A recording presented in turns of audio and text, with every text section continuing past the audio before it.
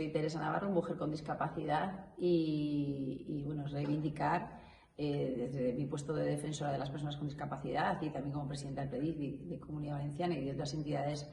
y Comité Ejecutivo del CERMI Comunidad Valenciana, pues que el ser mujer y tener discapacidad tenemos una doble discriminación, una porque ser mujer y otra por tener discapacidad.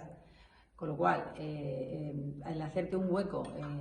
para que te escuchen y también esa conciliación, además que yo también soy madre de un hijo con discapacidad intelectual, una enfermedad rara, X frágil, pues conlleva un gran trabajo y una dificultad añadida.